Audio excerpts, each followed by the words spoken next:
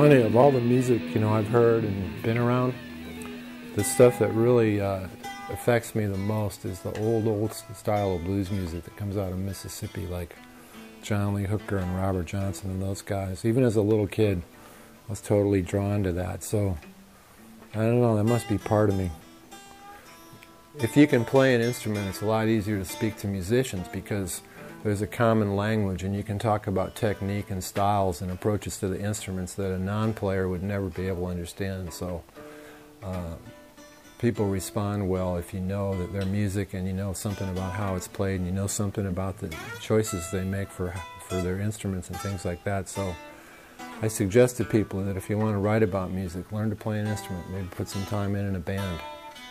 Learn the ropes and the techniques and the gear, and you'll be a lot better equipped to have a very good interview with somebody.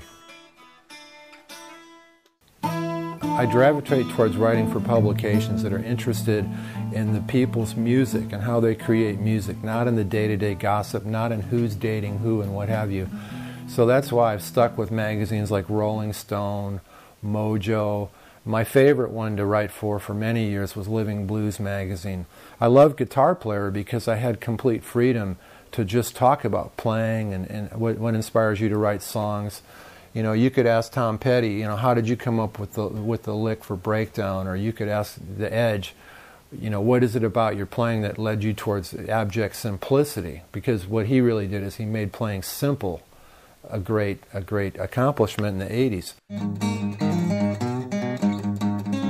I tell this story, the first class I teach each semester, I tell this story because, kids typically show up and they have their arms folded and they're staring at you like, show me you're worth listening to. And when I tell this story, it's like by the time it's over, people are starting to listen to me and pay attention. And it goes like this. I got hired in 1978 to work at Guitar Player magazine. And I flew out on Ascension Thursday. And I was at the magazine just a few days. And they gave me my first big assignment, which was to interview a third-tier musician named Pat Travers, Canadian guitar player. And so Bill Graham was having this Day on the Green concert, a huge concert. I think it was at the Oakland Coliseum where the Raiders play. And anyways, I remember AC/DC was the opening act, Aerosmith was the headline, and in between were all these other bands. It was an all-day affair. And so I showed up with my tape recorder and my questions and all that, and I dutifully go and knock on Pat Travers' door, and they open the door, and here's Pat Travers with a couple of very nearly naked women and his face to a mirror. And they say, hey, the guy from Guitar Player's here. And Pat looks up and he goes, send him away, man. I don't want to talk to anybody today. I'm like, oh, great. So I got angry. I'm a hothead from Detroit at that time, 24 years old. What do you expect? And I didn't want to go back home to the magazine and my buddies empty-handed. So Bill Graham, bless his heart, a very sweet human being if you didn't get on his bad side, typically had something set up backstage for the writers and photographers and crew and band members. And this time he had a basketball court, like a quarter-size basketball court. So I went over and I picked, nobody was using it, so I went over and picked up a basketball and I started to shoot. And a couple minutes later, this kid comes over and he goes, hey man, can I shoot with you? And I'm like, yeah, sure. So we play a real spirited game of one-on-one for about 15 minutes. I remember he whooped me. Muscular, wiry, pimply-faced kid, a couple years younger than me. So we get all finished shooting basketball, and we sit down at the side of the court, and he says to me, hey, man, what band are you in? I said, I'm not in a band. He goes, what are you doing here? I said, well, I'm here from Guitar Player magazine. I was supposed to interview Pat Travers, but Travers blew me off. And he goes, why don't you interview me? No, nobody ever wants to interview me. I said, well, who are you? And he goes, my name's Edward Van Halen. I was like, whoa, because his new album, Van Halen 1, had just come out.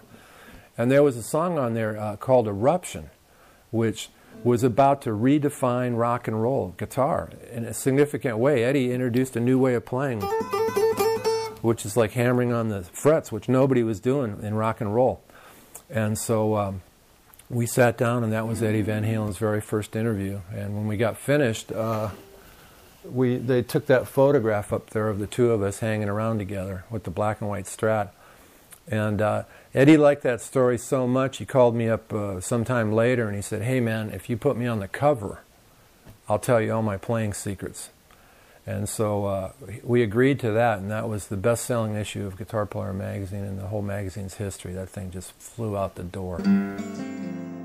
I discovered that if you can learn to write well, it can be a passport to a better life. It can open doors. It can take you places. It can bring you experiences you couldn't possibly imagine.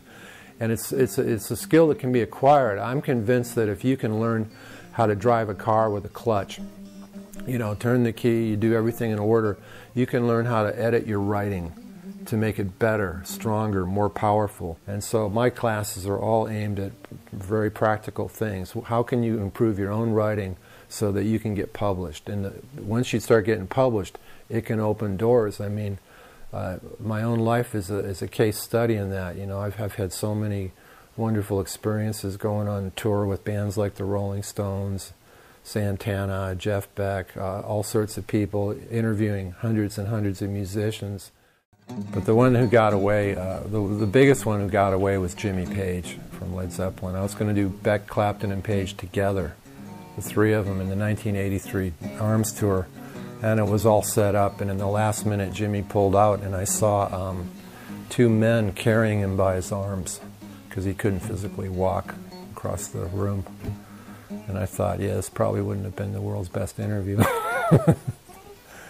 So that one got away. And Jimi Hendrix died before I could interview him, and I never met Bob Marley, and if I could somehow go back in time, that's where I'd go first. I'd want to talk to that guy, even though I wouldn't be able to understand much of what he said.